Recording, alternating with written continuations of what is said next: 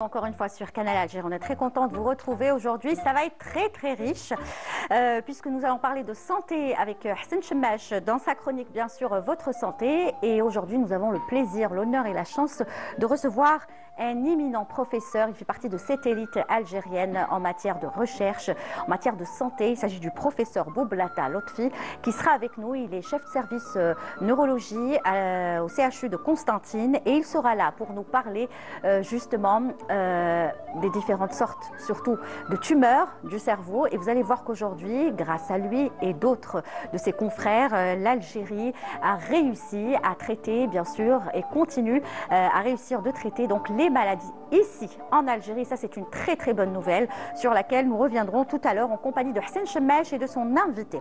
Nous parlerons également d'un sujet très important, à savoir la trisomie 21. Et vous allez voir ce qui va se passer le 2 de ce mois de mai. Ça rentre dans le cadre de l'événement sportif que va abriter toute la capitale Alger, El Bahja Tejma'na. Il y aura une course spéciale trisomie. Vous allez le voir, beaucoup d'enfants trisomiques avec leurs parents peut-être qui vont courir. Et justement, on parlera aujourd'hui avec une association de trisomie qui a fait le déplacement rien que pour nous de l'Arwat. On est très content de la recevoir. Il s'agit de l'association Mehdi. Et justement, il y aura un petit garçon qui s'appelle Mehdi qui lui aussi va participer donc à cette course. Il faudra vraiment aller les encourager parce qu'ils le méritent. Ça, ce sera donc dans un tout petit moment. Et puis, je vous l'avais annoncé hier puisque nous recevions donc l'artiste Oussama Bessissa pour son concert donc Lisan Taïr. Je vous l'avais dit, on reçoit une partie hier et une partie aujourd'hui. La partie aujourd'hui, c'est celle de la danse avec bien évidemment la grande danseuse flamenco Samara qui est établie donc en Espagne, qui est venue spécialement pour participer à ce spectacle Lisan Taïr auquel elle tient vraiment. Elle sera en compagnie donc de notre psy, l'œil du psy avec Ledmi Mbarak, qui a décidé de cadrer justement sa chronique avec la danse puisqu'elle nous parlera des vertus thérapeutiques de la danse. Voilà donc le programme qui vous attend. Bienvenue encore une fois dans votre émission Souriez, vous êtes sur Canal. On va commencer tout de suite en parlant donc de cette fameuse course qui aura lieu ce 2 mai prochain dans le cadre donc de l'événement El Bahja Tejma'na. Je vous l'avais annoncé, 3 jours où il n'y aura que du sport partout à Alger. Il faudra bien en profiter. Et l'association donc de trisomie Mehdi est avec nous aujourd'hui à travers sa représentante Hajar. Marhaba bik. Merci d'être venu depuis l'Arwat spécialement pour l'émission. Merci à vous pour l'invitation. Merci d'être là. Ou Mac, bien sûr, Mehdi qui est avec nous. Mehdi, مساء الخير. Ça va? لاباس؟ الحمد لله.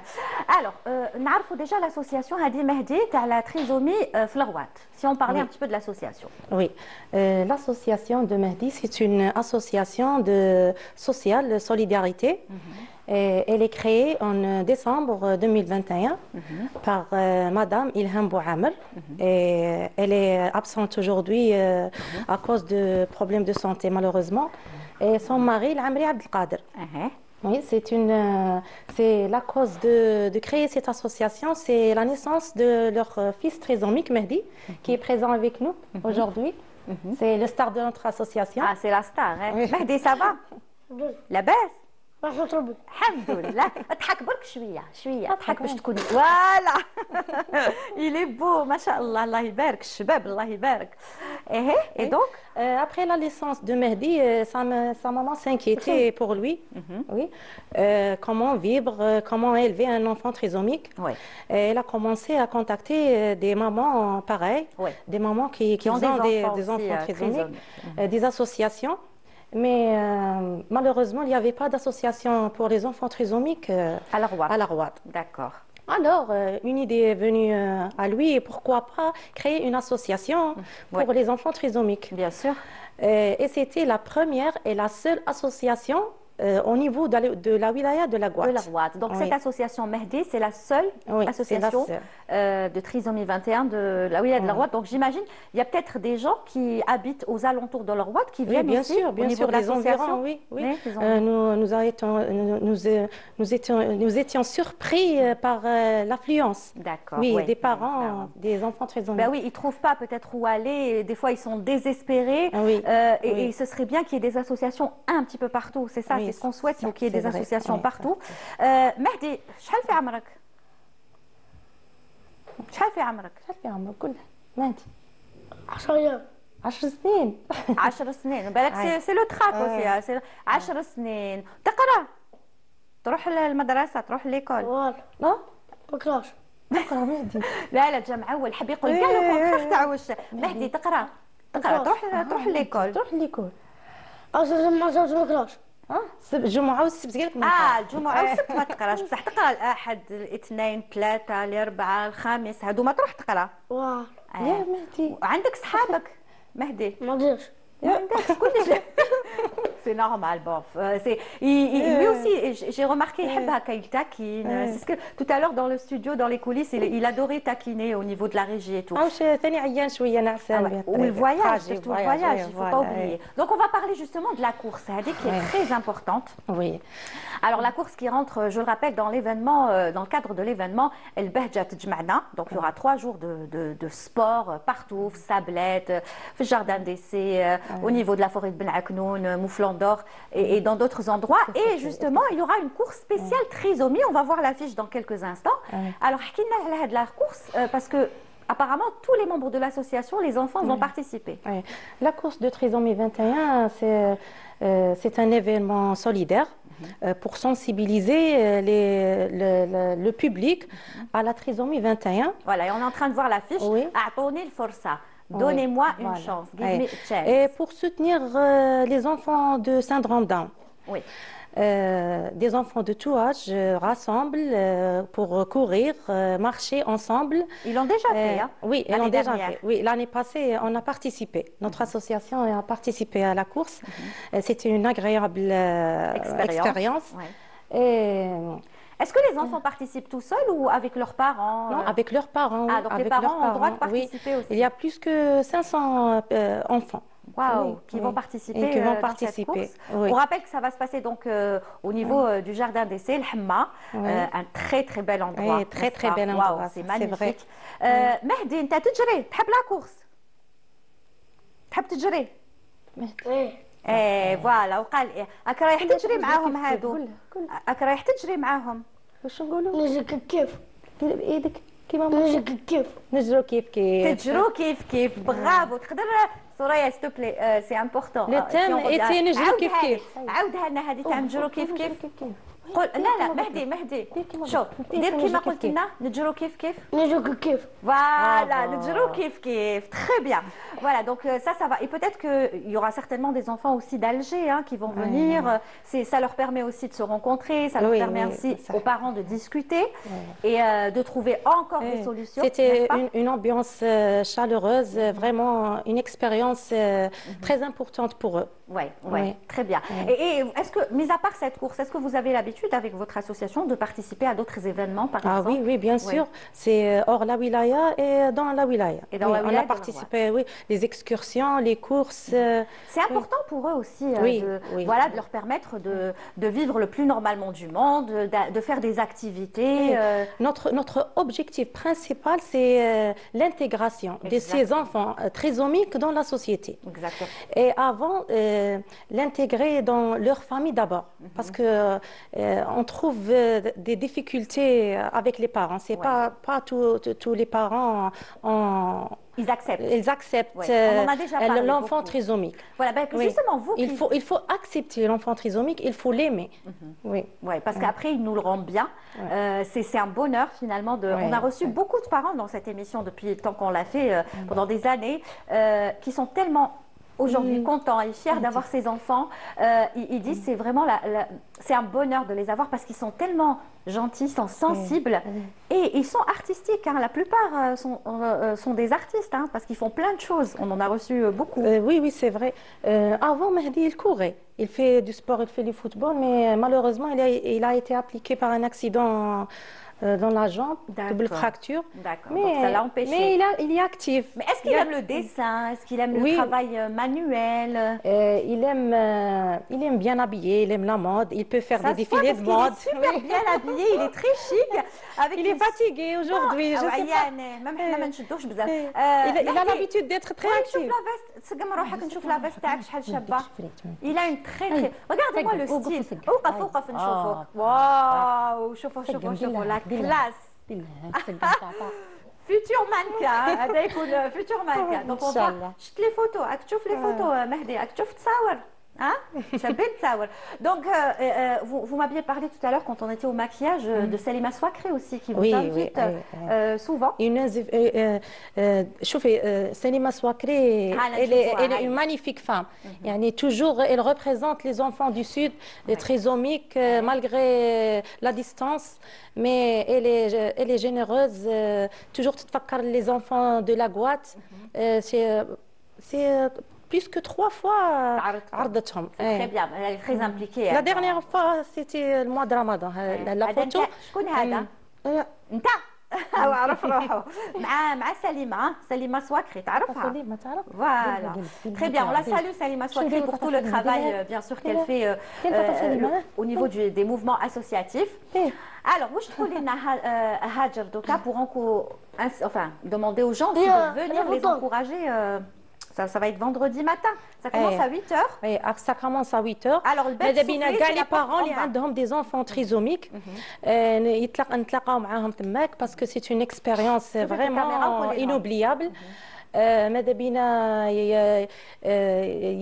يدمجوا أولادهم في هاد لا كورس ونتلاقاو كاع إن شاء الله كيف وديروا دي ريكونيسونس يجروا كيف يمشوا كيف يعقبوا هذيك لا جورني ان شاء الله ensemble. C'est très important et on regarde une deuxième affiche donc la course de la trisomie ça sera donc vendredi matin à 8h ça commence, faudra aller un petit peu plus tôt donc au niveau du jardin Al-Hammal, jardin d'essai au niveau de la porte التحتانية donc le bab soufflé c'est en bas la grande porte معروفة نعرفوها donc allez-y ne serait-ce que pour emmener vos enfants, les encourager, courir avec eux.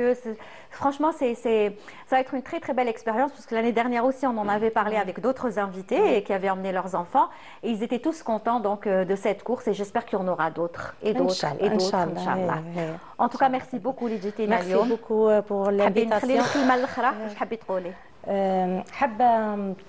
نشكركم على هذه الدعوة على l'invitation. J'aimerais remercier Monsieur Amoura tout Monsieur Amoura bien sûr parce qu'on a vraiment besoin باش نبينوا هذه الفئة في المجتمع باش ندمجوها. حابة شكر خاص المدام سليمة سواكري اللي دائما متفكرة لي زونفون دو سود. وحابة نوجه شكر للأعضاء تاع جمعية مهدي تاع الغوات باسكو باش الواحد يكون عضو فولونتير وينح من وقته ويجي غراتوي يخدم هاد الأطفال سي با فاسيل كاملين واحد ونشجع كاع لي جون باش يتقدموا في العمل التطوعي. Voilà, allez, voilà, exactement. Ça ne pourra que leur apporter du bonheur, du sourire et voir un jeune garçon comme Mehdi. Franchement, il est tellement beau, Allah يبارك. Il est fatigué parce que je rappelle aux téléspectateurs qu'il a fait le déplacement de l'Arwat et que vous allez repartir aujourd'hui à l'Arwat pour revenir à Alger. باش نعاودوا توجدوا la course. Et تجيبوا كاع les enfants نهار الخميس, c'est ça? 25 إن شاء الله نجيبوا. إن شاء الله. Merci en tout cas يعطيك الصحة. Merci beaucoup à vous. Et à très bientôt إن شاء الله. إن شاء الله ماشي أول آخر مرة إن شاء الله تزورينا. إن شاء الله. مهدي باي باي. باي باي. بسلامة. عيا خلاص دوك نخلوك تروح. Merci beaucoup Mehdi. Voilà, il est adorable. Et donc on rappelle l'événement. Donc ce sera le vendredi 2 mai à 8h du matin au niveau de l'entrée donc principale, mais celle qui est en bas qui m'a soufflé, le beb soufflé, d'un jardin d'essai à 8h donc pour la course spéciale trisomie dans le cadre donc de l'événement El Behjat Jma'na et c'est clair qu'il va y avoir des sourires, qu'il va y avoir de la joie, de la bonne humeur et surtout du sport. Voilà, merci encore une fois Monsieur Amoura de me permettre à chaque fois d'inviter ces personnes qui sont juste formidables. Merci beaucoup Monsieur Amoura. Allez, tout de suite une petite pause musicale avec l'une des plus belles chansons du groupe Babylone. En tout cas, moi personnellement, c'est ma préférée. Et merci à Siham de l'avoir ramené cette chanson. On l'écoute et juste après, on se retrouve avec Hassan Chemash et son invité pour la chronique Votre Santé.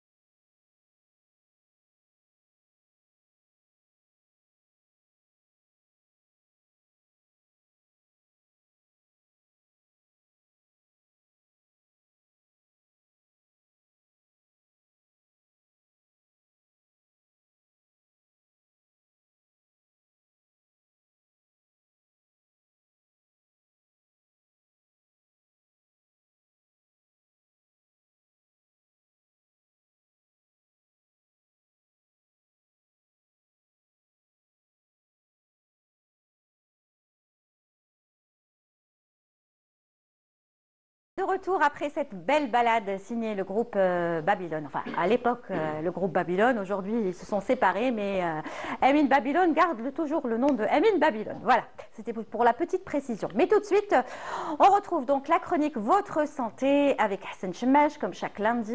Il nous habitue à recevoir des fois des invités, des fois il les interviewe à travers sa caméra et son micro. Mais aujourd'hui, nous avons le privilège, l'honneur et le plaisir de recevoir un éminent professeur que Hassan Chemmache va vous présenter, bien évidemment. Bonjour Hassan. Lilia, bonjour. Ça va?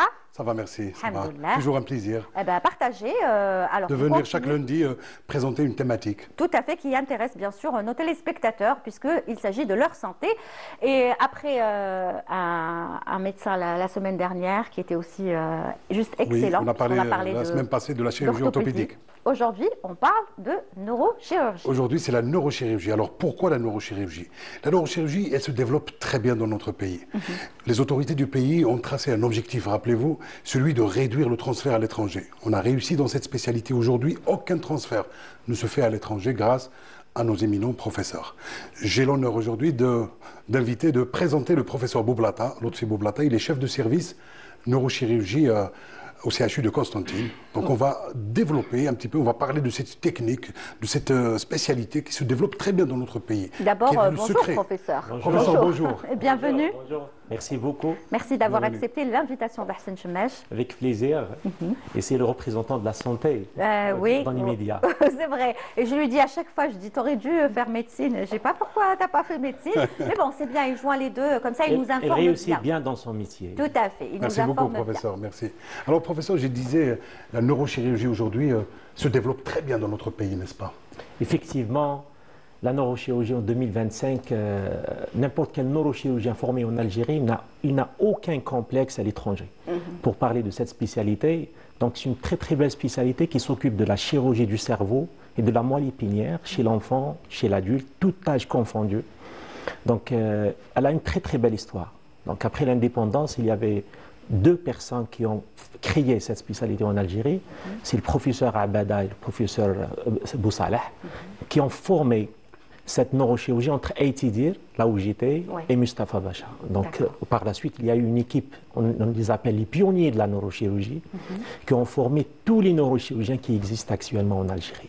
Professeur Boublata, quelles sont les pathologies traitées les plus fréquentes dans cette spécialité? Il y a deux volets. Il y a la neurochirurgie qui s'occupe des urgences, tout ce qui est traumatologie crânienne et rachidienne, donc elle est exercée au niveau des pavillons des urgences. Et il y a la neurochirurgie propre, qui s'occupe de traitement de tout ce qui est tumeur cérébrale, malformation vasculaire, malformation du système nerveux central. Et actuellement, l'État a donné beaucoup de moyens pour l'équipement. Il est pionnier, je dois les citer, ils sont 6. Donc il y a professeur Iwalalen, c'est mon maître, il était à Itidir. Il y a professeur Benbouzi, il était à Bab el Oued. Professeur Abdenbi, il était à Zmirli. Professeur Bouyoussef, il était à Blida. Et également professeur Jeunesse à Mustafa Bacha. C'est grâce à ces personnes, et même à l'hôpital militaire, il y avait une équipe qui a formé beaucoup de militaires, qui a contribué pour arriver à ce niveau de neurochirurgie algérienne actuellement. Parfait. Donc, professeur, aujourd'hui, les tumeurs de cerveau qui deviennent de plus en plus fréquentes, quel que soit le stade de ces tumeurs, on les prend en charge dans notre pays? Au fait, il y a deux types de tumeurs cérébrales, que ce soit chez l'adulte ou chez l'enfant. Il y a les tumeurs qui refoulent le cerveau, compriment le cerveau. C'est des tumeurs généralement bénignes. Il y a des tumeurs qui prennent naissance de la cellule cérébrale, c'est des gliomes. Généralement, c'est des tumeurs malignes. Mais actuellement en Algérie, tous les services font de la neurochirurgie générale, mais chaque service, il a développé une technique. Une sous-spécialité. Une sous-spécialité. Et cette spécialité, elle peut s'occuper par exemple de l'endoscopie, elle peut s'occuper de la chirurgie de la base du crâne, ma spécialité, elle peut s'occuper également de la chirurgie vasculaire qui posait avant un problème énorme, puisque la majorité des malades qui partaient à l'étranger, c'était des malades qui ont un problème vasculaire au niveau cérébral avec une hémorragie et on n'avait pas les moyens pour les traiter.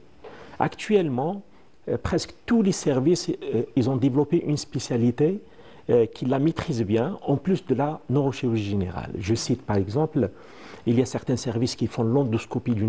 L'endoscopie, c'est d'opérer à travers le nez. Une caméra, avec une caméra. Avec l'endoscope, Oui. le mindar, donc avec l'endoscope. Donc on opère toute la base du crâne, avec des résultats extraordinaires. D'autres qui opèrent donc la base du crâne elle-même. Pourquoi elle posait problème? Parce qu'avant, le vasculaire et la base du crâne, tous les malades partaient à l'étranger, puisque la base du crâne, c'est la communication entre le cerveau et tout le corps. Donc il y a passage des nerfs, des vaisseaux. Et lorsqu'il y a une tumeur à ce niveau, il faut l'enlever tout en préservant toutes ces structures. Donc il y a des équipes qui font des choses extraordinaires et magnifiques. Moi, j'aimerais juste poser une question par rapport aux étudiants qui sont en médecine. Et je l'avais posé la dernière fois à votre invité. Moi, j'aimerais savoir, je suis curieuse et je voudrais savoir, est-ce que les étudiants optent pour cette spécialité de neurochirurgie? Il faut aimer. Pour n'importe quelle spécialité, il faut aimer. Non, mais on a tendance, nous, simples humains, de dire que les spécialités les plus compliquées sont la cardiologie et la neurologie. Écoutez, plus délicat. la référence, c'est les États-Unis en matière de spécialisation. Et la neurochirurgie, c'est une spécialité qui est à la fois difficile, mais elle est agréable. Elle est très difficile, mais elle est agréable. Dès qu'on comprend ses secrets, on est in et on va l'aimer et on va progresser et on va réussir. Donc, c'est une spécialité qui nécessite beaucoup de temps. Et donc, mais dès qu'il y a une courbe d'apprentissage qu'il faut la suivre, et dès qu'on arrive au plateau, à un certain niveau, ensemble, on est à l'aise avec le cerveau, avec la moelle épinière. Donc les étudiants optent pour cette spécialité? Ce n'est pas tous les étudiants, parce qu'il faut aimer. Certains qui aiment la neurochirurgie, d'autres qui aiment la médecine légale, d'autres qui aiment l'épidémiologie. D'accord. Professeur Boublata, dans le passé, lorsqu'on opère un patient d'une tumeur de cerveau, on le sauve, il est vivant, mais avec des séquelles. Ils perdent la parole, d'autres perdent la fonctionnalité. Est-ce qu'il y a une amélioration? Est-ce qu'aujourd'hui, grâce aux nouvelles techniques, on arrive à opérer et à reprendre la vie normale? Bien sûr. Actuellement, avec le développement de la neuroanesthésie, neuroréanimation, c'est important, de la neuroradiologie, tout ce qui est IRM, scanner, angiographie, et de la microneurochirurgie, la chose qu'on est en train de faire, puisqu'on opère tout le temps sous microscope opératoire. Le but, si on va opérer un malade, ce n'est pas d'enlever la tumeur. Maintenant, c'est d'enlever la tumeur et préserver la fonction. Donc, c'est très, très important de préserver la fonction. On n'a plus le droit actuellement, sauf urgence, d'opérer un malade et il va se réveiller avec un déficit. Il faut avoir tous les moyens pour enlever une tumeur et rendre le malade sans trouble neurologique, sans sa tumeur. Ça dépend du type de la tumeur, mais le but essentiel est de préserver la fonction. En Algérie aujourd'hui, il faut le dire, on a la compétence et on a les moyens. Je pense que l'État s'est investi dans les moyens et nous, pionniers, les pionniers de neurochirurgie, sont investis dans l'homme. Et actuellement, il y a des services, il y a des chefs de service jeunes avec des équipes jeunes qui font des merveilles en neurochirurgie. Vous faites très très bien, professeur, de parler de ça, parce que je vais vous expliquer. Moi, je connais des personnes, par exemple, et j'en fais un petit peu partie, je l'avoue, quand on voit, par exemple, un médecin ou spécialement un professeur ou un chef de service qui est jeune, on a tendance à ne pas lui faire confiance. Je ne sais pas pourquoi, c'est comme ça. On imagine toujours que le professeur ou le chef de service, il faut qu'il soit quand même d'un certain âge, qu'il ait une expérience. Alors, ce serait bien de vous adresser déjà à moi et aux téléspectateurs qui pensent comme moi. Un médecin, pour être professeur, donc, il faut commencer le bac à 17 ans, être médecin généraliste à 24 ans, être spécialiste à 31 ans, être maître assistant à 32 ans, être professeur à 35 ans, et professeur, maître de conférence B, et être maître de conférence B à 38 ans. Donc j'étais professeur agrégé à l'âge de 38 ans, et j'étais chef de service à 42 ans. Maintenant, j'ai 50 ans. Donc j'ai commencé une neurochirurgie en 99 chez M. Iwalayen, et maintenant on a presque 25 ans. Donc l'âge, il ne signifie pas la compétence. Il y a des jeunes qui sont très compétents. Et je pense que c'est le travail d'équipe. Le travail d'équipe. Et actuellement en Algérie, avec ce développement, on est en train de publier des articles. Et les gens, ils peuvent consulter nos communications, nos travaux scientifiques. Et partout au monde, lorsqu'on veut consulter un médecin avant de partir, on cherche, on fait une petite recherche pour voir quelle est sa spécialité, quels sont les articles qu'il a présentés. il a présenté tel travail aux États-Unis, en France, en Europe, pour le C'est comme consulter. vous, hein, quand on tape sur Google, on va trouver plein d'informations sur vous. Un petit peu pour répondre à votre question, Oui. sous le contrôle du professeur. Au contraire, quand on est jeune aujourd'hui, parce qu'on est à l'ère de l'intelligence artificielle, ce sont les jeunes qui ont accès donc, à ces nouvelles techniques. Donc Oui, il faut c'est un point jamais de vue dire, aussi. il faut jamais dire que ce professeur il est jeune, je lui fais pas Non, confiance, mais je ferai confiance. il y a beaucoup de personnes qui, croyez-moi, qui pensent comme ça. Oui. Première Vous êtes d'accord, consultation, professeur, oui, l'ère de la technologie. Oui, parce que première consultation, il entend le nom, mais il n'imagine pas qu'on est en face d'un jeune. Oui. Mais ils font confiance. Lorsqu'on commence à expliquer, Oui. et lorsqu'ils voient, ils voient un malade sauvé, d'où l'intérêt de la salle d'attente. J'aime pas les consultations de VIP. Il faut un mélange entre les malades opérés et non opérés. Ah, Donc avant que le malade rentre, il y a eu une discussion. Ça discute, oui. Il y Ça a une discute préparation beaucoup. psychologique. Donc le malade, lorsqu'il rentre, il est à l'aise et on peut discuter quand est-ce que vous allez m'opérer. Voilà, donc ça c'était très, je vous assure, Hassan, ça c'est une question très importante. Oui, que oui, beaucoup très de gens- importante, oui, parce oui. que moi j'ai rencontré même des cas comme ça, quand ils voient un jeune, ils disent ah non, non, moi je préfère. Manque d'expérience. Voilà, Aujourd'hui, manque d'expérience. aujourd'hui, en fait, le repère, c'est quoi? C'est la réputation. Il y a des profs, quand on entend parler d'un prof qui a opéré, et ça parle, hein, de bouche à oreille. Ouais. Et les malades reprennent la vie normale. Donc c'est comme ça qu'on fait confiance. Très Et bien. c'est comme ça qu'on parle d'un prof. Et puis, Et j'aimerais m'arrêter sur une chose que vous avez dit tout à l'heure, Hassan. Vous avez dit dans votre introduction, même quand on a discuté hier hein, par téléphone, parce qu'on prépare l'émission, Ouais, on discute, vous m'avez dit aujourd'hui, ça c'est important de le redire, les malades ne sont plus transférés Ah oui, oui, oui. à l'étranger Ah oui, oui, oui. concernant spécialement la neurochirurgie. Ça veut Oui, dire vous que savez- l'Algérie a réussi Ouais, à 100%. Vous savez, dans ces ce domaine. dernières années, l'Algérie a tracé, les autorités du pays ont tracé un objectif, en fait, celui de réduire le transfert de malades à l'étranger. On est en train de réussir ce défi. Alors, dans cette spécialité, on est indépendant aujourd'hui. Le professeur Boublata va le confirmer. Je le confirme, je pense que la crise Covid nous a obligés de tout donner pour sauver les malades, et entre parenthèses, on était avant obligé de transférer à l'étranger. Oui. Et donc, depuis cette date, Covid. ces années, les Covid, donc actuellement, le transfert à l'étranger, il est nul. Zéro pour la neurochirurgie. Avant, on était classé parmi les premiers. Qui transféraient Et leurs malades. transférer leurs malades à l'étranger. Et je pense il y a 45 jours, il y avait signature d'une convention entre la CNAS et le ministère de la Santé pour la prise en charge totale des malades en matière d'embolisation. Oui, oui. C'est-à-dire les malades, ils partaient à l'étranger pour lorsqu'ils ont une malformation vasculaire, on va introduire, on parle du cols, mais du sément pour être un peu simple, pour qu'elle ne saigne pas. Actuellement, elle se fait en Algérie. D'accord. Et le développement de la radiochirurgie. Radiochirurgie, gamma knife, et même radiochirurgie stéréotaxique, c'est des rayons, c'est comme du laser, donc dans le malade, il ne va rien sentir. Lorsque la tumeur elle est moins de 30 mm, on va la bombarder et le malade est guéri. Wow. Donc il y a 2 appareils en Algérie, une à Tizi Ouzou, l'autre à Constantine. Et donc ils existent, les malades ils sont traités et avec la carte Chifa, le malade ne paye rien du tout. Et ce qu'il faut souligner, professeur, lorsqu'on les envoie à l'étranger, c'est des sommes faramineuses. Beaucoup Donc d'argent. c'est un gain Ouais. lorsqu'on les prend en charge ici. Beaucoup Notre d'argent. argent reste en Beaucoup Algérie. d'argent. Je parle de la spécialité que je suis en train de faire, la Bah chirurgie oui. de la base du crâne.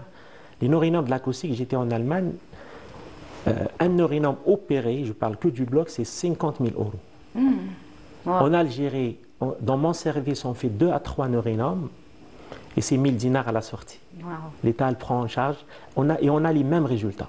Ouais, on, a les eu mêmes une- résultats. on a participé dernièrement aux États-Unis avec ma communication à propos de 635 malades opérés en Algérie, des grosses tumeurs, neurinome de l'acoustique. Ils étaient impressionnés par le nombre et par la qualité et les résultats qu'on a eus.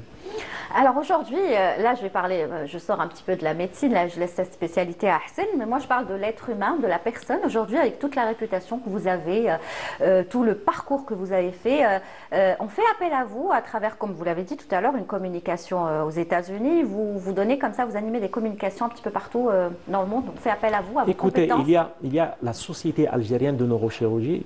Elle a beaucoup donné pour la neurochirurgie algérienne. Oui.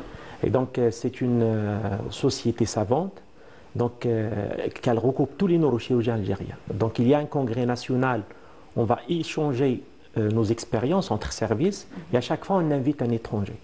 Et c'est grâce à cette société où il y a eu beaucoup de congrès internationaux ici en Algérie, que ce soit la Confédération africaine de neurochirurgie.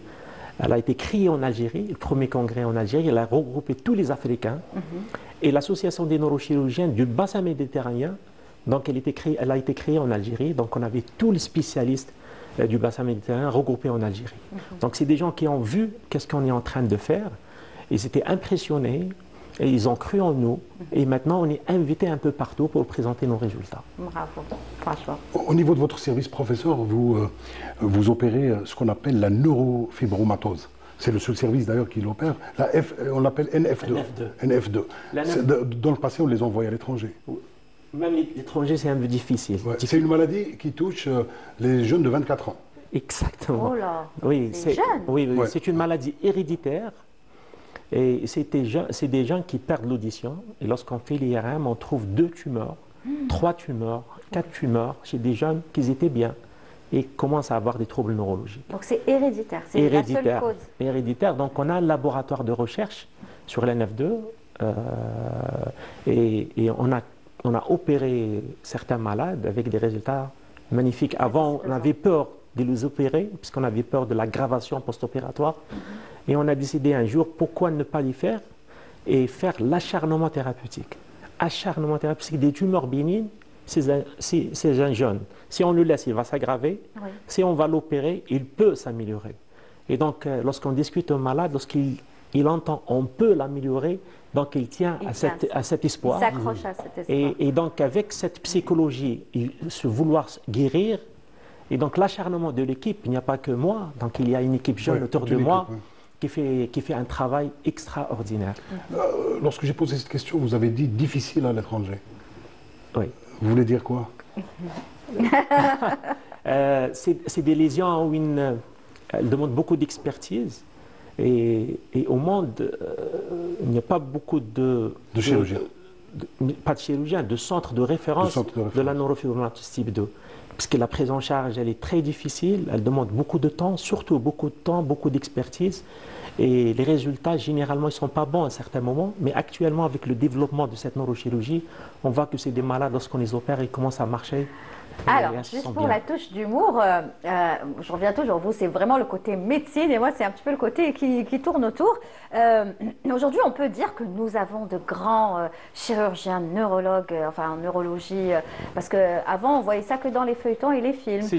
Dr Shepherd et compagnie, on les voyait, waouh, le beau neurologue, en plus spécialiste, chirurgien. On se disait que cette spécialité, elle était tellement compliquée, tellement difficile qu'aujourd'hui, finalement, elle est tellement bien maîtrisée en Algérie. Effectivement. Donc, et là, le secret, il faut aimer. Oui, c'est ça. C'est chaque spécialité, hein, comme vous l'avez dit. Chaque spécialité dans chaque domaine. Oui, mais professeur, la neurochirurgie, c'est quand même très délicat, c'est très minutieux. Quoi. Il faut l'aimer. Il faut l'aimer. J'ai des jeunes maintenant, lorsque je ne les vois pas bien, je leur dis il faut rentrer au bloc. Il faut les initier. Non, à un moment, lorsqu'ils ne rentrent pas au bloc 2-3 jours, je sens qu'il n'est pas bien. Et donc, la seule solution pour qu'il redevienne comme il était avant, c'est de rentrer au bloc. Ça leur fait plaisir. C'est une formation, professeur. Oui, bien sûr, formation, puisque le résultat, vous êtes en train de sauver des vies. Et des vies, lorsqu'on annonce à quelqu'un qui a une tumeur du cerveau, c'est la fin du monde, pour la famille et pour le malade. Et lorsqu'on l'opère, il rentre chez lui. C'est une joie qui n'a pas de prix. Justement, professeur, comment annoncer à un malade, ça c'est une question qui revient souvent, hein, comment annoncer à un malade qu'il a une tumeur? Souvent, ce défi, on le gère souvent dans la consultation. D'où l'intérêt de la salle d'attente, et j'insiste. La salle d'attente, malade chez qui on a diagnostiqué une tumeur, il y a un malade déjà opéré. Lorsqu'il y a discussion, ça nous facilite un petit peu la tâche. Et annoncer, je pense maintenant, il ne faut plus cacher. C'est ça. Il ne faut plus cacher, il y a une façon d'annoncer. Et je pense que le côté religieux, c'est-à-dire être musulman, croyant en Dieu, ça nous facilite un petit peu la tâche. Puisque ce n'est pas notre responsabilité.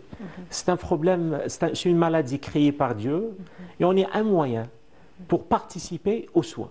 Et donc, lorsque le malade comprend, parce que lorsqu'on devient malade, on se rapproche de Dieu. Et donc, lorsqu'on comprend que c'est l'affaire de Dieu, on se laisse faire lorsqu'on fait confiance. On fait confiance au Dieu. Et puis pour annoncer, j'imagine que c'est le psychologue qui l'annonce. Non, c'est le médecin. Avec la participation du psychologue. Psychologue, bien sûr, c'est il y a important. toujours une participation, mais il n'y a pas que... Parce que tu vas l'opérer, s'il ne te fait pas confiance, Ouais, Ouais. ouais. et il faut qu'il croie en vous. S'il croit en vous, c'est bon, en principe, l'intervention, Inch'Allah, elle est réussie. Très bien. Professeur, on disait tout à l'heure, l'État a mis les moyens. Aujourd'hui, il y a deux secteurs dans notre pays, public et privé, deux secteurs complémentaires. Donc, il y a certains appareils qui n'existent pas chez le public, il faut le dire. On attend, on les aura. C'est en cours, en fait. Là, on a remarqué l'hôpital Bab el Oued qui est en train de s'équiper. En fait, c'est un hôpital équipé d'un matériel de dernière technologie. Le privé, il est un peu plus équipé que par rapport au public, mais il y a des conventions. La CNAS s'implique. Je pense qu'il faut plus parler privé et public. Une fois, la CNAS, elle participe aux soins et à la prise en charge des malades. Donc le malade, il a le choix de partir dans le public ou bien dans le privé. Oui. Donc, il faut Deux secteurs complémentaires. Ils sont complémentaires et on ne peut pas les séparer. Maintenant, si on a un appareil de radiochirurgie qui coûte 3 millions d'euros, acheté par une clinique privée, donc, avec une convention CNAS, donc c'est un budget qui est diminué par rapport à un budget d'un hôpital. Parce que le malade, il a une facilité pour accéder à ces soins de haut niveau dans une structure privée, mais pris en charge par la sécurité sociale. D'accord. Donc, séparer privé et public, je pense qu'elle n'a pas de sens. Donc, c'est deux secteurs qui sont complémentaires. Et c'est la même question qui revient. Il y a des personnes qui préfèrent aller au public, qui se sentent plus confiants au public. C'est un choix. Parce qu'il ne faut pas séparer les deux. Un est le plus important pour moi, et je le dis, je le répète. Oui, Le malade algérien, il est traité en Algérie. c'est ça. C'est ça le plus important. Pas privé, public, il est Le malade algérien est traité en Algérie. il est traité. Maintenant, si le privé, il veut investir, il veut gagner de l'argent, il est algérien. Ouais. Et je préfère que ce malade, au lieu de partir à l'étranger et payer l'étranger, il Ouais. paye l'algérien. Oui. Et tout le monde est gagnant et en restant toujours algérien. Surtout si on investit dans le matériel. Ils sont en train sophistiqué. d'investir et c'est pour ça, je le répète, malade algérien, traité en Algérie, c'est ça le plus important. C'est ça Et le puis plus même pour les démunis, aujourd'hui, ils peuvent partir chez le privé avec la carte. C'est la CNAS Oui, qui paye. c'est la CNAS qui paye. C'est ce qu'il faut dire. Pour des soins de haut niveau. Donc ils bénéficient des actuellement- soins de haut niveau gratuitement. Actuellement, avec cette convention qui a été signée, donc ça ouvre la porte à tout le monde. Il y a beaucoup de malades professeurs qui partent à l'étranger. Ils ignorent en fait qu'on a des compétences. Ils partent à l'étranger, dépensent de l'argent, après ils sont repris par nos professeurs. Ils reviennent ici. Ils reviennent. C'est Et ils juste, sont repris par nos professeurs. C'est juste, ils payent beaucoup d'argent. Oui. Beaucoup d'argent. Actuellement, il y a des associations un petit peu qui sont en train de chasser, je parle de chasseurs de malades. Et donc, ils prennent le malade, ils payent l'avion, l'hôtel, l'hôpital, l'exploration, la chirurgie. Ils leur servent de cobayes, quoi. C'est ça. Cobaye, non, c'est un recrutement de malades pour Un les recrutement de étrangers. malades. Ah, d'accord. C'est des associations de bienfaisance qui payent tout ça. Ah non, moi je ne parle pas du côté association. Non, non, non, Je le parle- malade il ouais. part à l'étranger, donc il paye tout ça, beaucoup d'argent, Ouais. et généralement il revient avec sa pathologie ou bien aggravée. Et c'est les médecins algériens qui vont reprendre ce malade avec Ouais, tout ça. parce que moi, je parlais d'autre chose. Je parlais de ces Algériens qui partent à la découverte et on leur dit, voilà, on va tester sur vous une nouvelle technique. Donc là, ils vont leur servir un petit peu de cobaye et souvent, ça ne réussit Ça pas. existe, oui. Oui, les essais cliniques existent, donc, mais ils sont bien codifiés. D'accord. Et on ne parle pas de ça, puisque c'est un choix. Ouais. Donc c'est un engagement du malade, généralement pour les maladies rares. D'accord. Et ça relève de la recherche scientifique. Très bien. Mais l'autre volet, on parlait des malades, on pouvait le prendre en charge en Algérie, Oui. mais c'est un choix. Ouais. Donc ils partent à l'étranger, généralement ils sont déçus, Ils donc payent ils de reviennent. l'argent pour Ils rien. payent beaucoup d'argent. Très beaucoup. bien. Est-ce que vous êtes dans la recherche? J'ai un laboratoire de recherche, donc je suis hospitalo-universitaire, donc j'ai une vocation hospitalière, une vocation universitaire. Donc on forme des médecins, on forme des spécialistes et on forme même des professeurs en neurochirurgie. Waouh. Donc la relève est assurée. Hein. Alhamdulillah, oui. Ah oui, oui. Ah oui, oui, je suis très Vous content. vous êtes professeur, membre de la Société algérienne de neurochirurgie. Oui, la Société algérienne de neurochirurgie. Je suis membre également fondateur de l'association des neurochirurgiens du bassin méditerranéen. J'étais secrétaire général. Et je suis également membre de la Fédération mondiale de neurochirurgie, section chirurgie de la base du crâne. Parfait. Et vous avez le temps de faire tout ça? Le temps, non, mais il y a un côté hospitalier. Oui. Et côté universitaire, il faut gérer notre temps. En tout cas, le mois de mai et juin, c'est la période où il y a beaucoup de congrès. Oui. D'accord. Oui. Très bien. Les congrès, c'est de la formation continue. La Ça formation et permet l'échange. l'échange. La formation continue et l'échange d'expériences. Ouais, ouais. Professeur Boublata, est-ce qu'on peut espérer voir demain nos professeurs, pourquoi pas vous, faire publier dans des revues prestigieuses? C'est fait déjà. Ça a été fait. bien, alors. Ça a été fait. Ça a été fait. Très bien. Ça a été fait. Et donc, vous pouvez consulter PubMed et mettez le nom de certains neurochirurgiens. Vous allez trouver des publications. Alors, allez-y, parlez-nous de votre publication. Maintenant, j'ai 24 articles publiés. Wow. Et le premier était en 2017. Et donc, à propos de la chirurgie des jevannons vestibulaires. Bravo. Et ça a été publié, World Neurochirurgery. C'est un journal qui est classé premier en neurochirurgie. Très bien. Très Voilà, bien. il a répondu à ta Ah oui, question. oui, oui, oui.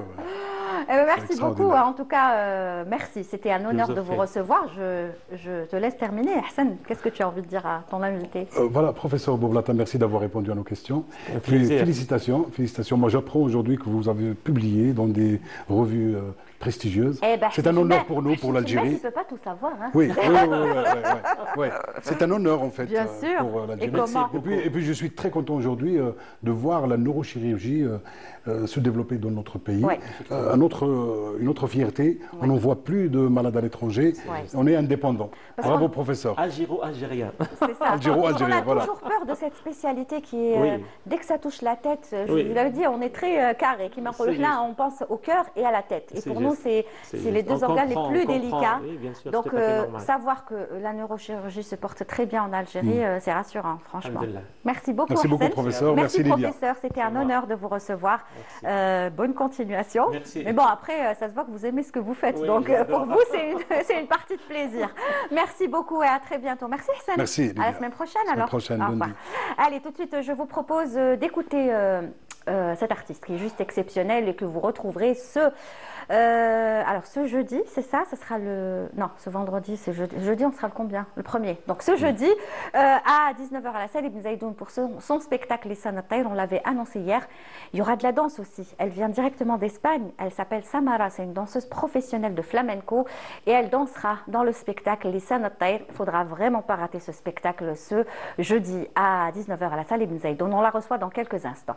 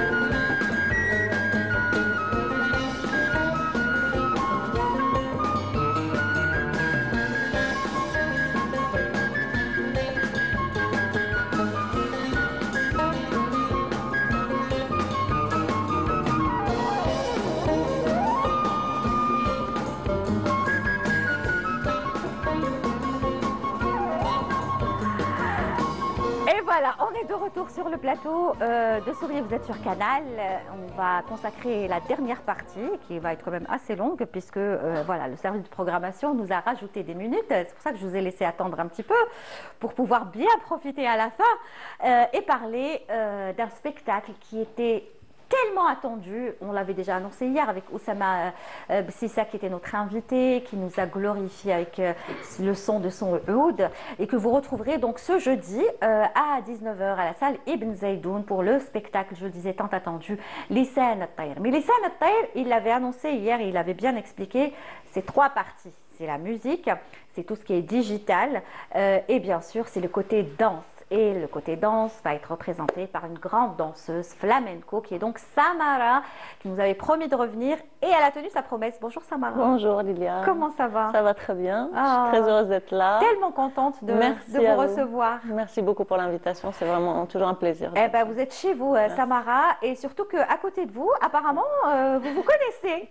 Oui. Eh oui, Ludmia, notre psy, Ludmia Mbarak, c'est pour ça que je vous ai réservé la dernière partie ensemble.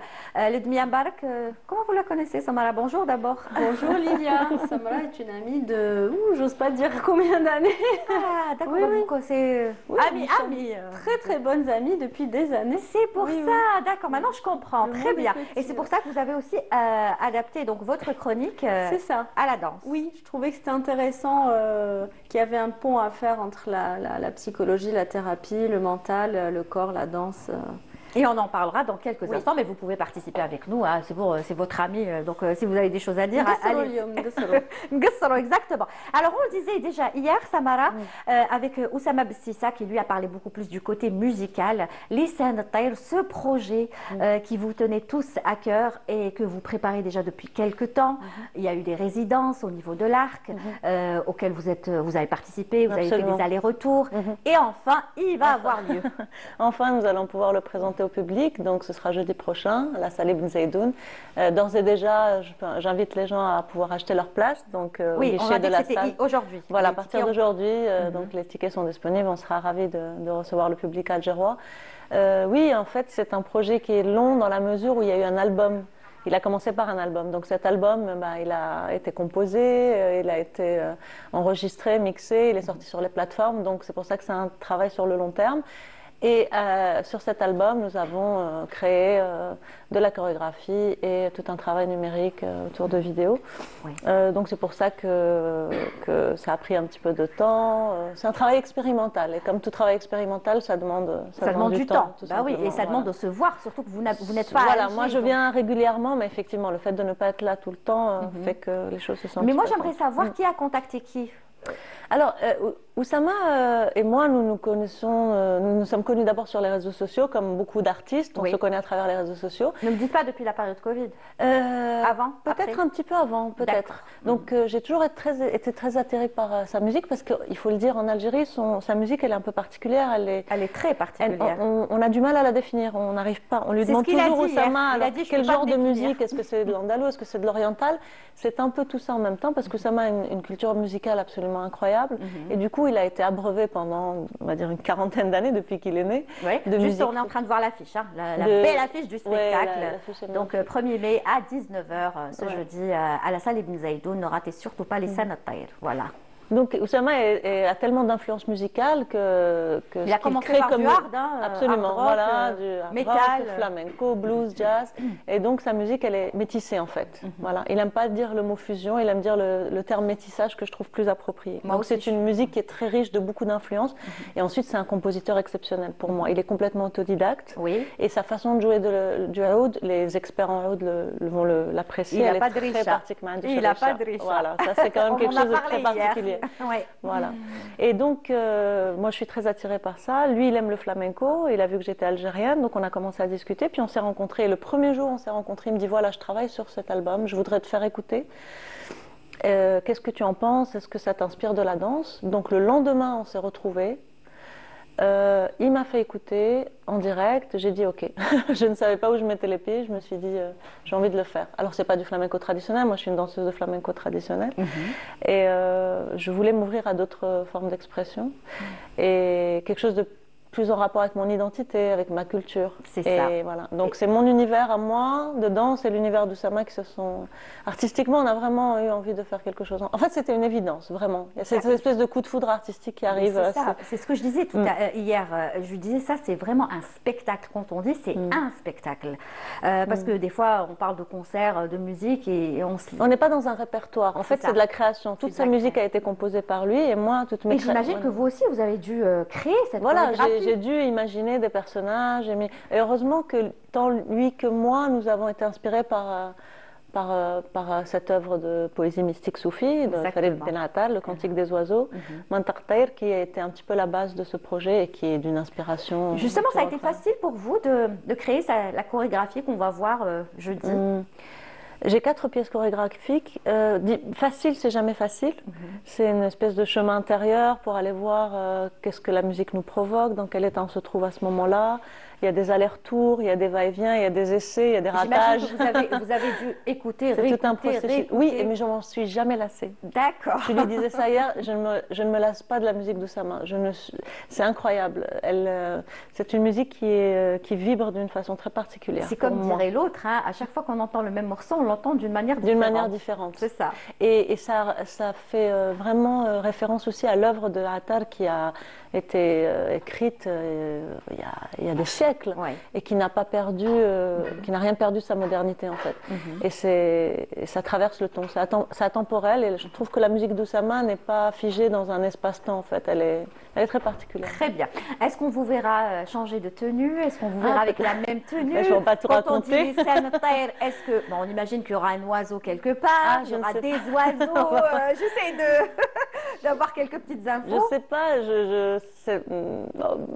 c'est difficile pour moi de... Oui, forcément, j'ai été inspirée par quelques oiseaux. Il y en a beaucoup qui parlent dans le livre de Attar. J'ai été inspirée par certains d'entre eux les plus emblématiques, la cimorgue, le rossignol. Et c'est assez subtil, on va dire. Non, vous ne me verrez pas avec des plumes. Mais disons que c'est plus une inspiration sur la forme, en fait. Très bien. Les demi-heures, vous irez, c'est sûr. Vous serez au premier rang, je crois. Oui, tout à fait. J'ai toujours été à tous ces spectacles depuis le début, le tout début. Fan, c'est votre première fan. Oui, c'était un grand soutien aussi. Oui. Très bien. Alors moi, malheureusement, je ne l'ai pas encore vu danser. Enfin, je ne l'ai pas vu, je l'ai vu sur les réseaux sociaux, un petit peu sur ça, mais je ne vous ai pas encore vu. J'attendais ce spectacle, je vous l'avais dit d'ailleurs l'année dernière. Moi aussi, j'y serai, c'est clair. Mais nous, on veut avoir un petit aperçu de ce que, enfin peut-être les téléspectateurs, de ce que fait Samara. C'est des petites vidéos, je me suis permise quelques petites vidéos, si vous voulez, parce que c'est tellement beau et élégant. Et on aimerait tous danser comme elle, surtout. Regardez.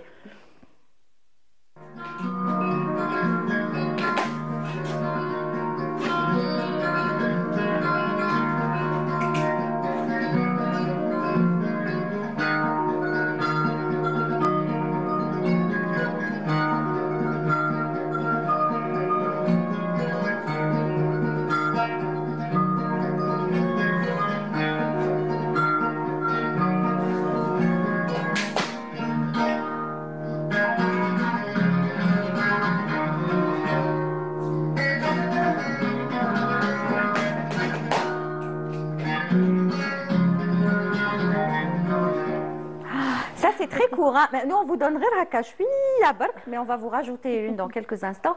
La grâce, la classe, On rappelle un petit peu, bon, vous l'aviez annoncé la dernière fois, mais les téléspectateurs, ils peuvent changer. Hein, donc, j'aimerais bien que vous nous rappeliez votre histoire avec le flamenco. Oula, c'est difficile à résumer.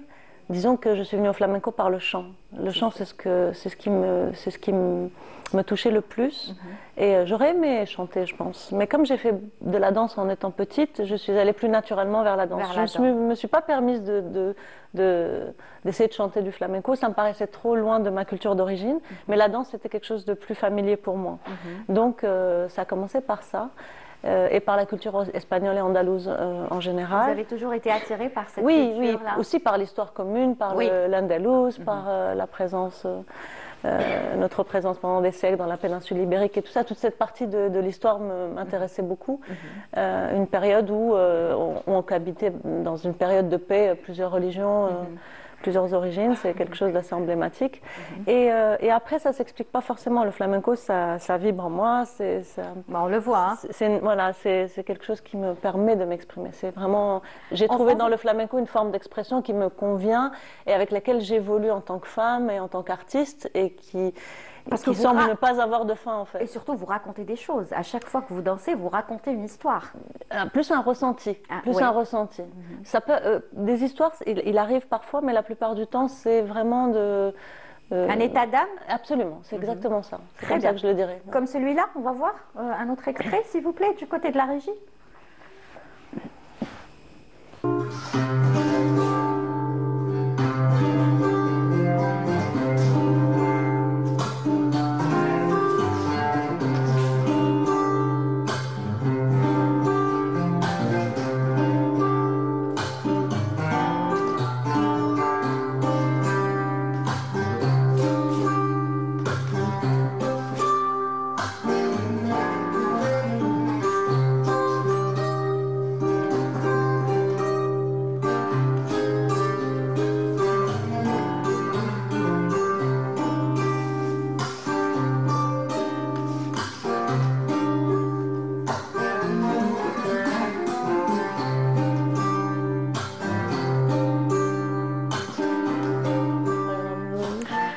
Voilà, hein, Ludmilla, tu danses comme ça? Non, non.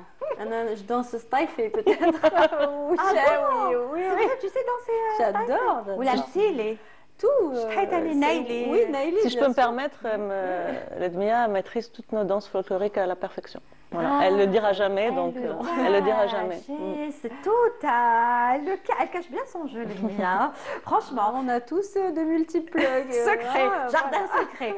Très bien. Alors, donc, on voit la grâce, on voit l'élégance. C'est des heures d'entraînement ou maintenant vous le faites d'une manière très facile, j'imagine, spontanée. Mais ça vous a pris des La heures danse, et c'est des heures énormément de travail. discipline. Voilà, c'est comme un instrument. Le corps est notre instrument et le corps est soumis à beaucoup de choses. Notre corps de femme est soumis à beaucoup de choses. Il y a le temps, il y a l'âge, il y a beaucoup de choses. Et sans discipline, c'est très difficile d'arriver à un niveau professionnel et de le maintenir. C'est très très difficile. Donc la discipline, la routine et la constance en fait, c'est vraiment fondamental. Et justement, est-ce que ça vous arrive des fois de vous dire aujourd'hui j'ai pas envie de danser, ou bien cette période c'est ce jour-là qu'il faut absolument y aller. C'est le jour où on a le moins envie, c'est le jour où on est plus fatigué, qu'il faut vraiment... C'est marrant, pardon, parce que je dis ça à mes patients quand ils me disent j'ai pas envie de venir aujourd'hui. Je leur dis c'est justement ce jour-là où il faut venir. C'est là où il se passe quelque chose. Donc ça va dans tout. C'est le moment où on va dépasser ses limites. Absolument. Et on va voir l'effet de la danse. Ce que c'est quand on est bien, on a de la forme, de la motivation, de l'énergie, on va danser, ça se passe bien.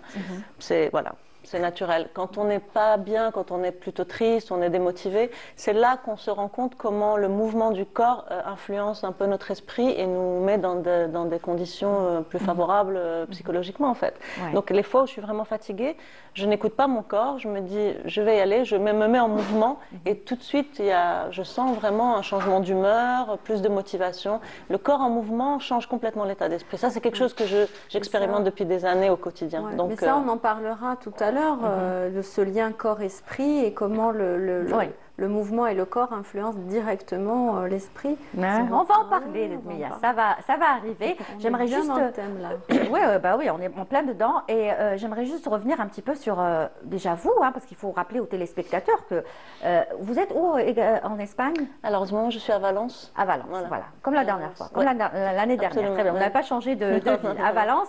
Et il faut dire que vous animez des ateliers, vous donnez des cours, vous êtes très active. On fait appel souvent à vous. Donc, oui. Pendant très longtemps, je me consacrais exclusivement à la performance et au spectacle. Et puis, j'ai commencé à avoir envie d'être en contact avec des élèves, à transmettre, etc., à explorer d'une autre façon la danse. Et c'est vrai que c'est quelque chose qui me plaît énormément de plus en plus. Et je donne des ateliers en groupe de plusieurs niveaux, débutants, professionnels, semi-professionnels et des classes particulières. Et donc, je suis de plus en plus dans la formation. Et quand je viens en Algérie, j'ai vraiment envie de partager ça. Vous voilà, donc à chaque fois que je viens, j'essaie de donner donner un atelier. Voilà, et les gens viennent? Oui, oui. Ouais. Il y en a qui reviennent régulièrement, il y en a qui, comme je commence à avoir un petit groupe de gens qui sont, C'est qui bien, sont des très fidèles, réguliers. des fidèles. Ça, c'est important, parce Très qu'on peut bien. faire un travail plus suivi, puis il y a toujours des gens qui viennent par curiosité pour essayer, Oui. qui testent, qui sont attirés par cette Ouais, danse. c'est une belle danse, le Voilà. flamenco. Est-ce qu'on peut le commencer à n'importe quel âge? Absolument. C'est vrai? Absolument. Ah, vous nous rassurez. Ah oui, ça. oui, absolument, Ça vraiment. motive. Et c'est une danse, si vous voyez souvent des artistes professionnels en Espagne, elles sont des femmes. Vous voyez très souvent des danseuses de 50, 60 ans. Ah sur- oui, elles dansent Voilà. même dans la rue, Oui, elles oui, dansent partout, c'est une culture. Il faut comprendre que le flamenco, c'est une danse folklorique à la base. Maintenant, elle est très professionnalisée, c'est internationalisé, mais au départ, c'est une danse folklorique qui est ouverte à tous. Donc, de la petite fille jusqu'à la grand-mère, tout le monde avait sa place voilà, fait partie d'un folklore. Donc, il n'y a pas de critères d'âge ou de corps C'est vraiment une expression personnelle. Parce que moi, quand je vois, enfin, on a l'habitude de voir à la télé, après corrigez-moi si je me trompe, cette culture gitane de flamenco. Quand je parle de flamenco des gitans, on les voit tout petits, déjà toutes petites et tout petits, déjà tellement bien dansés, maîtrisés. Je me dis, ça reste quand même une culture. Absolument. Est-ce que c'est une culture propre aux gitans? Disons que les gitans ont eu un grand rôle dans la transmission du flamenco parce qu'ils ont une tradition orale très forte. Et peut-être que sans eux, elle se serait un petit peu perdue. C'est Le ça. flamenco n'est pas écrit dans des partitions, il n'est pas enseigné dans des académies. Enfin, récemment, maintenant, il est au conservatoire, mais ça ne fait que quelques années en Espagne qu'on étudie le flamenco dans le conservatoire. Ça fait peut-être une dizaine d'années. Donc, sans cette transmission orale qui se fait dans les familles, à travers les générations, Ouais. peut-être qu'on l'aurait perdu. Ouais. Donc dans ce sens-là, oui, ils ont un rôle important. Maintenant, le flamenco n'est pas exclusivement gitan, bien Oui. sûr. Ensuite, il s'est un petit peu voilà, généralisé partout. il c'est ça. a beaucoup d'influence et on a beaucoup de mal à déterminer les origines exactes de cet art et de ce genre musical parce que il est né dans une partie du monde, de l'Espagne, donc dans la péninsule ibérique, en Andalousie, où déjà il y a un brassage incroyable qui s'est fait sur c'est des vrai. siècles. Voilà. Très bien. On regarde le dernier extrait, s'il vous plaît. On est en plein dedans là, de ce que disait à l'instant Samara.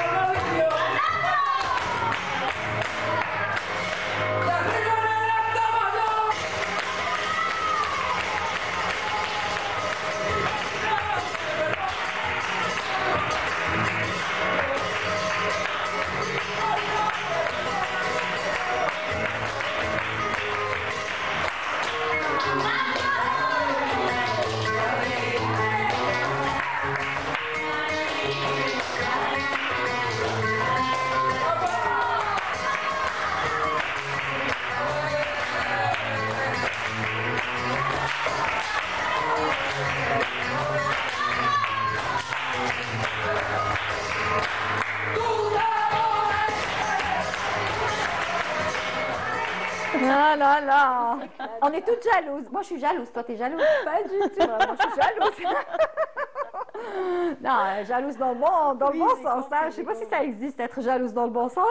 Qu'est-ce qu'on aurait aimé danser comme vous, Samara? Waouh, c'est tellement beau, c'est tellement... En plus, vous-même, vous êtes gracieuse. Merci. Vous êtes faite pour être danseuse flamenco. Mais la danse aussi transforme les corps. Hein. Ah bon? Parfois, j'ai croisé des élèves à moi qui voulaient, quand elles arrivaient, elles étaient renfermées, timides bien sûr, pas sûres d'elles, avec peu de conscience du mouvement, très peu de coordination. Et c'est vraiment, j'utilise le mot miracle, mais en conscience. Ouais.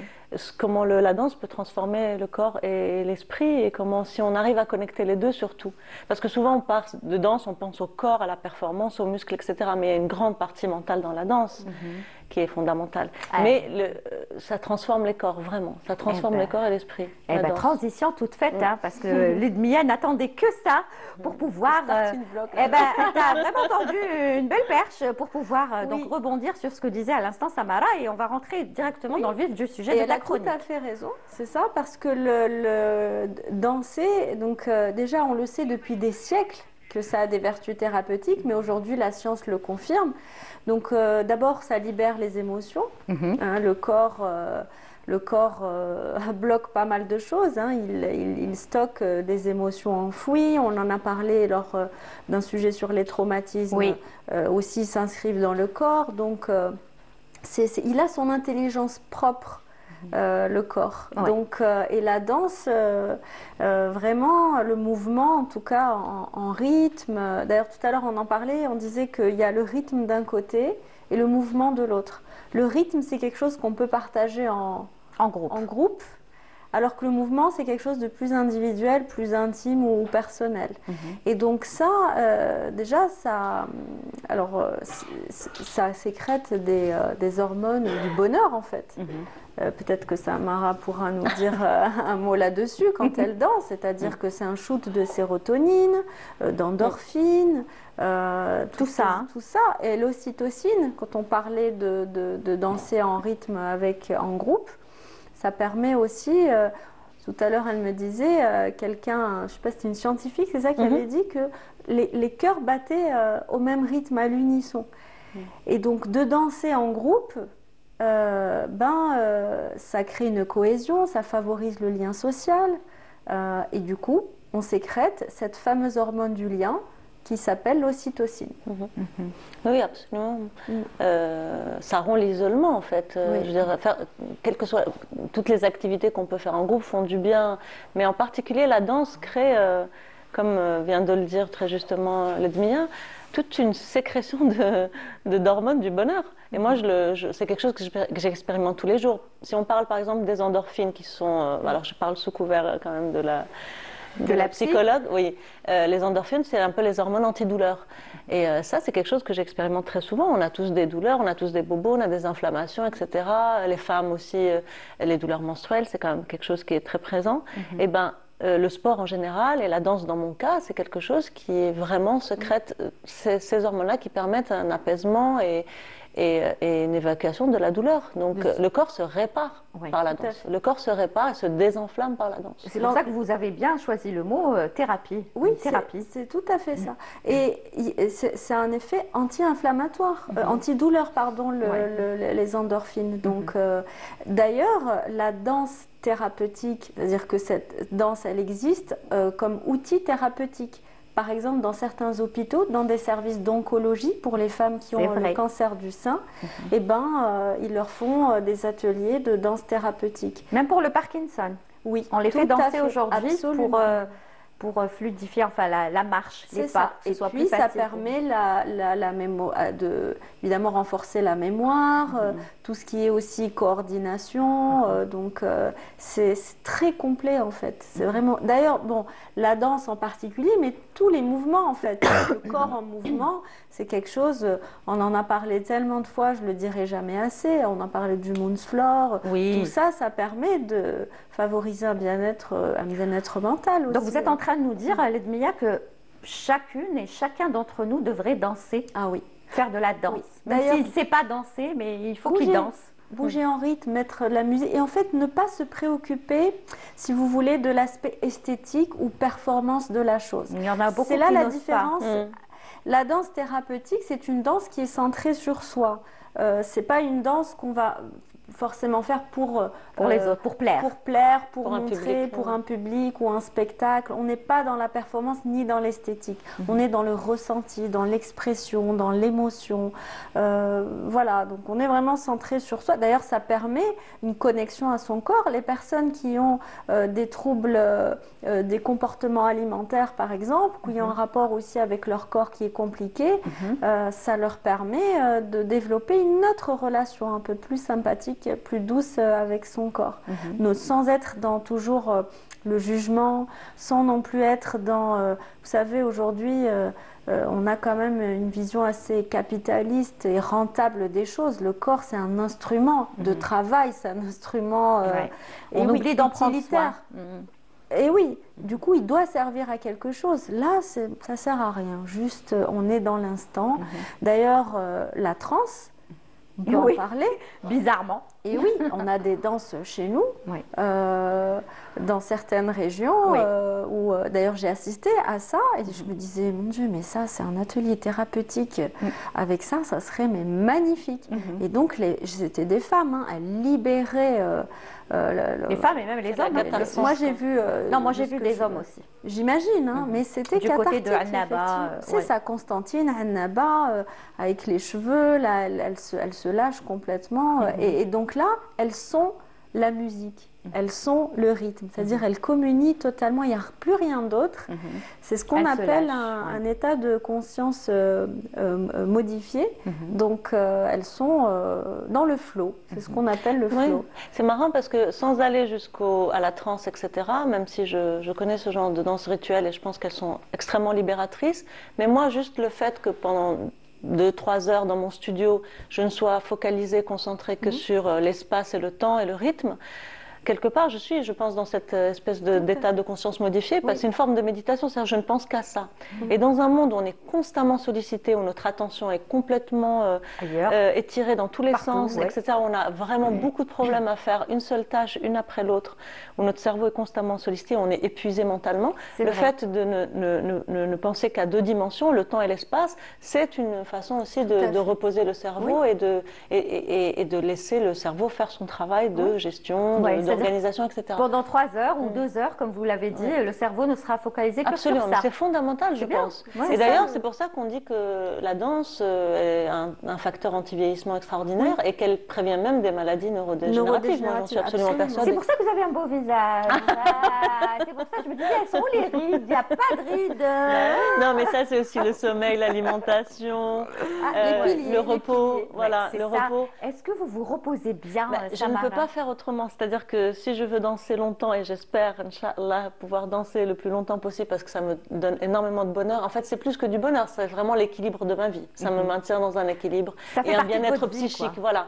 Donc, c'est quelque chose de fondamental. Et pour pouvoir danser longtemps, j'ai besoin de manger correctement, très correctement, de dormir régulièrement et voilà, de faire attention. C'est un tout, en fait. Quand on est une danseuse professionnelle comme vous, qu'est-ce qu'on mange? On mange vraiment sainement, des fruits, des légumes. Surtout pas de petit déjeuner sucré.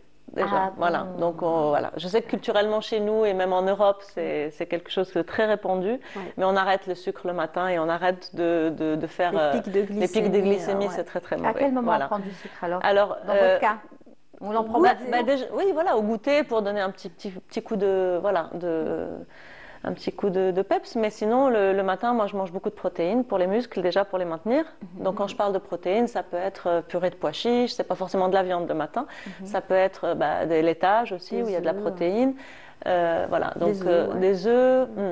Donc les protéines le matin, ça sert énormément pour le maintien de la masse musculaire. C'est très important, surtout pour les femmes à partir de 40 ans, même à partir de 35 ans. Pour les hommes aussi, il y a une fonte musculaire. Voilà, donc pour parer à ça, il faut garder une bonne portion de protéines dans son alimentation. Ensuite, toujours la même chose, céréales complètes, fruits et légumes. Et franchement, dans un pays comme l'Algérie ou même dans le bassin méditerranéen, on a tellement de choses disponibles et on a tellement de bonne nourriture, on a tellement de fruits et de légumes que ce serait vraiment dommage de s'en priver. Mais encore une fois, tout est lié. Absolument. Tout est lié. Moi, je disais la repos est le sommeil, aussi, bien s'hydrater aussi. Vous en avez fait une thématique d'ailleurs. J'en avais fait une thématique, oui, à quel point c'est vraiment important. Il y a aussi une autre dimension que je tiens quand même à préciser par rapport à la danse. Il y a une dimension aussi de résilience.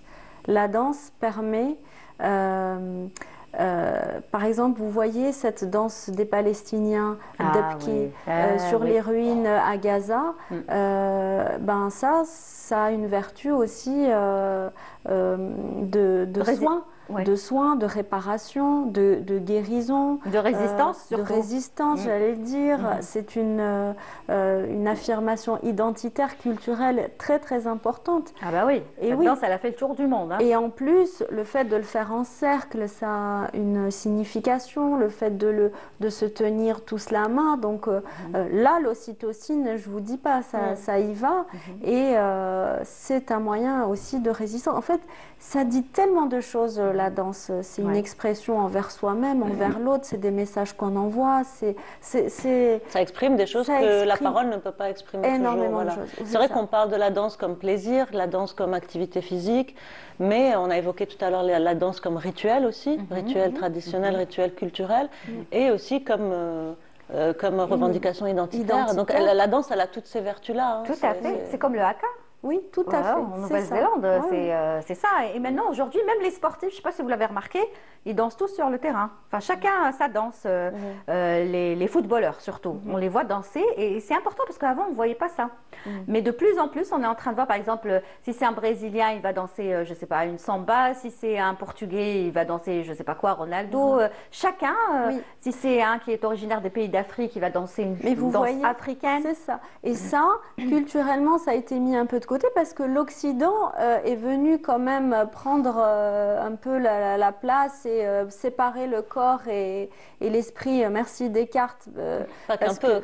Pas beaucoup, pour pas dire voilà. Et donc ça nous a tous un petit peu éloignés de nous-mêmes. Et donc là, l'idée, c'est de revenir au corps, au langage du corps. Au langage du corps, mais à nos traditions, à notre culture. Et ce qui nous convient, ce qui convient aux autres ne nous convient pas forcément. Et aussi, chacun a son rythme. Le rythme occidental, quand même, il est freiné. Le corps, encore une fois, il a une utilité. Très bien. Alors, justement, Samara, vous qui maîtrisez bien le flamenco, mais est-ce que vous vous êtes essayé à d'autres styles de danse, de chez nous, par exemple, justement, on pour les faire la découvrir question... en Espagne ou ailleurs? On me pose souvent la question pourquoi est-ce que je danse pas des danses de chez nous. C'est vrai que je suis d'accord avec toi quand tu parles de retrouver des danses traditionnelles de son pays, de son identité, comme un cri du cœur, aussi comme un positionnement politique, et pour dire on ne veut pas de la toute globalisation, on ne veut pas de la suroccidentalisation du monde et des modes de vie. Donc je suis d'accord, mais moi en l'occurrence j'ai choisi une forme d'expression par la danse qui est éloignée de ma culture d'origine, quoique je pense que le flamenco ça concerne le bassin méditerranéen, l'Algérie fait partie de ce bassin et moi je me sens complètement ancrée dans cette culture méditerranéenne et nord-africaine, j'ai pas du tout de soucis là-dessus. Mais j'ai envie de dire aux gens aussi que chaque être humain a des affinités particulières avec une musique, avec des vibrations, etc. Et moi, c'est vrai que les danses traditionnelles algériennes me sont très familières parce que, comme tout le monde, j'ai grandi, je rate la Arès et j'ai passé toute mon enfance avec ma grand-mère. Et vous avez des origines de par le père et de par la mère. Mais bien sûr, je veux dire, j'ai une enfance algérienne qui a été ponctuée de fêtes où on dansait tous les styles de musique et Dieu sait à quel point la musique algérienne et les danses algériennes sont riches. En matière de musique et de danse. Mais c'est vrai que je m'y suis pas consacrée de façon professionnelle. Peut-être qu'un jour vous aurez un projet où vous allez peut-être, je dirais pas fusionner parce que on n'aime pas ce mot. Je sais pas, rassembler ces deux. Mais pour ça il faudrait connaître parce que nos danses quand même elles sont particulières. Mais je suis sûre que vous allez bien. Voilà, je ne prétends pas du tout.